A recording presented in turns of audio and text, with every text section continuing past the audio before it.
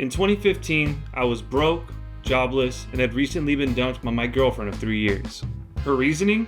My lack of ambition. It had been confirmed I was a loser. Aimless and hopeless, I was faced with a choice. Continue down the loser's path and blame my life circumstances for the situation I was in, or pick my miserable self up and make a change. Fast track to now, I'm happily married with a home and pets that I love. I play in a band with my best friends, and I get to create things I love every day. Life is good. So, what changed? What's up, everyone? I'm Zach Rollins, and today I want to share a story about how I changed my life and became a person who started taking action. I'll also be sharing 8 journaling prompts that'll help you stop making excuses and start pursuing your creative goals. They're all prompts I regularly use myself, so I know they work. If you feel like you've been making a lot of excuses lately or life's been piling up real fast, I truly believe these journaling prompts are going to help you out with that situation. So alright, let's finish the story. Let's go back to 2015. At that time, nobody would give me a job where I was living. I had to look into alternatives. That's when I found out about ride-sharing apps like Lyft and Uber. At the time, you only needed a decent car and a license to get started. The problem was I didn't have any car or any money. This is where loser Zach would have given up. But I knew I couldn't continue down that road anymore. I knew it was time to do something different. So, I devised a plan. I signed up for local community college classes for the sole purpose of getting financial aid. Since I was below the poverty line, I qualified for the full amount,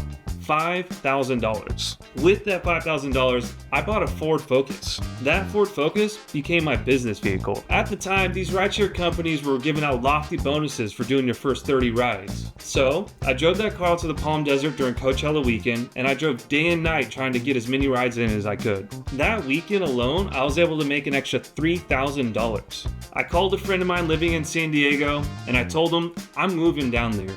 That $3,000 got me into an apartment, and there I was, just a few weeks after being dumped, broke, a loser, living in sunny San Diego.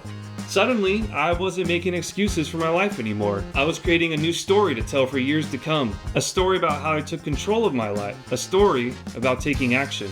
So why don't we take action? Anytime we're faced with a problem, there are 2 options. 1, seek out all the reasons it can't be solved. 2, seek out all the ways it can be solved. Most of us fall into the trap of the former. It's too easy to have a dream and let it die before it has a chance to breathe. You hear it all the time. I want to start a creator business, but there's always a but. I don't have time. People will judge me. I don't know where to start. I don't have anything interesting to say. It all roots down to the stories we tell ourselves. My old story was one of someone who didn't have control over their life.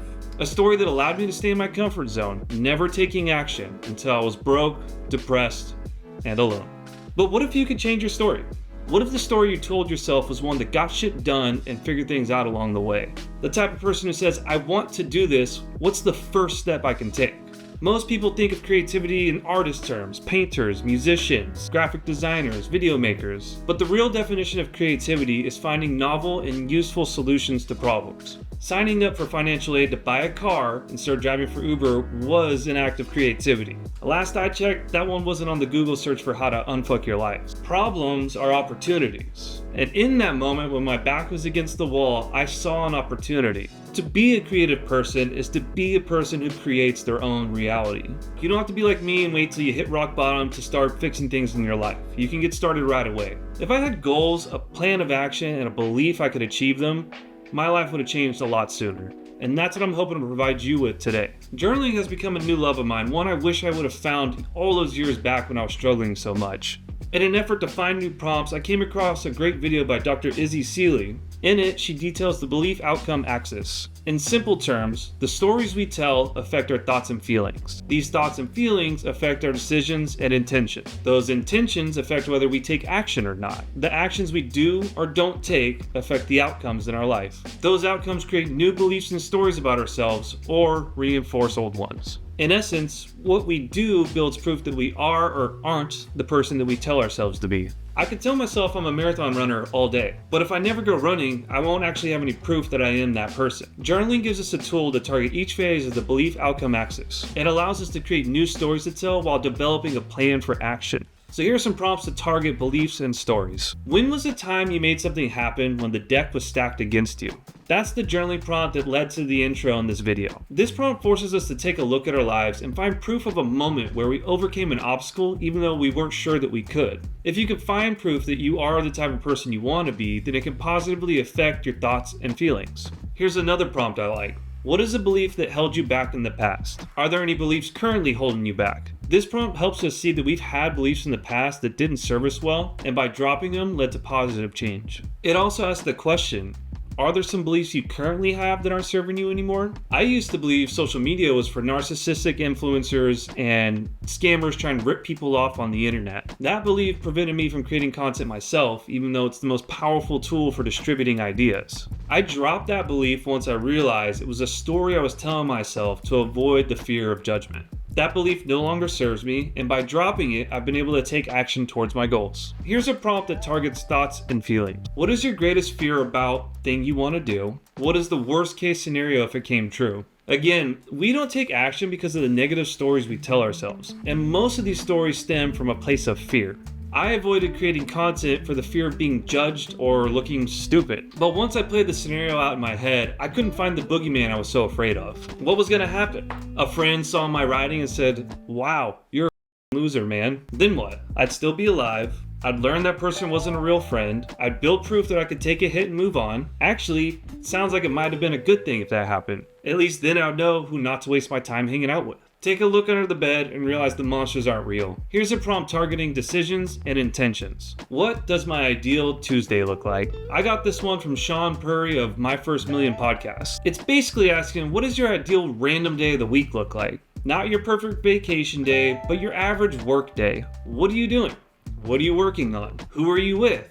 Where are you at? Figure out what your ideal average day looks like and gain clarity on what you actually want in life. Another great prompt for this is the Odyssey plan. Now this one's a little bit longer, but it's worth the effort. What does my life look like in 5 years if I continue down the current path? This gives you some vision of what your life might look like if you don't make any changes. This is what scared the shit out of me all those years ago. I did not want to end up homeless and alone, but the choices I was making were for sure going to lead me there. The second part of the question asks, what would it look like if I took a completely different path? This generates an opportunity to create a new story about where your life could lead if you change the path that you're walking on. It creates the potential to see a different future for yourself. And the third and final part of the Odyssey plan, what would it look like if I didn't care about money, social obligations, or what people thought? Forget what everyone else says you should want. What if you could live life any way you wanted without a care in the world? Write it down.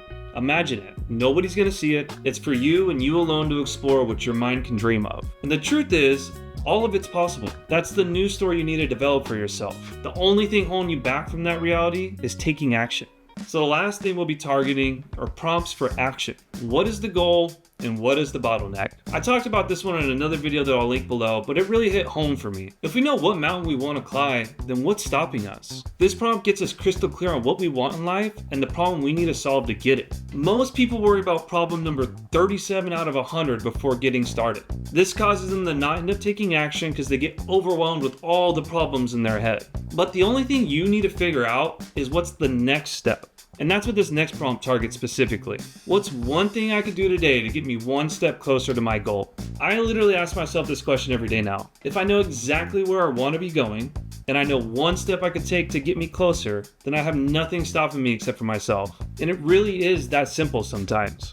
And if you don't know what the next step is, then I have a final prompt for you. What are all the ways I can guarantee I don't reach my goals? At first, this one seems counterintuitive, but it works wonders. List out every possible way you can ensure that you never reach your goals. And once you've exhausted all these options, invert them. That's your action plan. For instance, I have a weekly newsletter, and if I wanted to guarantee that it failed, I could do these things. I'd put minimal effort into it, never include personal stories, provide no value, never give and always ask for my audience, write only when I feel like it. Now, if I invert it, it'll look like this. Put as much effort in it as I can, include real life examples from lived experience, make sure that every time I send out a newsletter, there's a real solution to a real problem, rarely ask and always give, send the newsletter out every week like I promised I would. Then I could break that down into actionable steps. I would take notes and catalog interesting ideas throughout the week, journal about past experiences and how they relate to current topics, catalog questions I received and solutions I encountered, write down a reminder,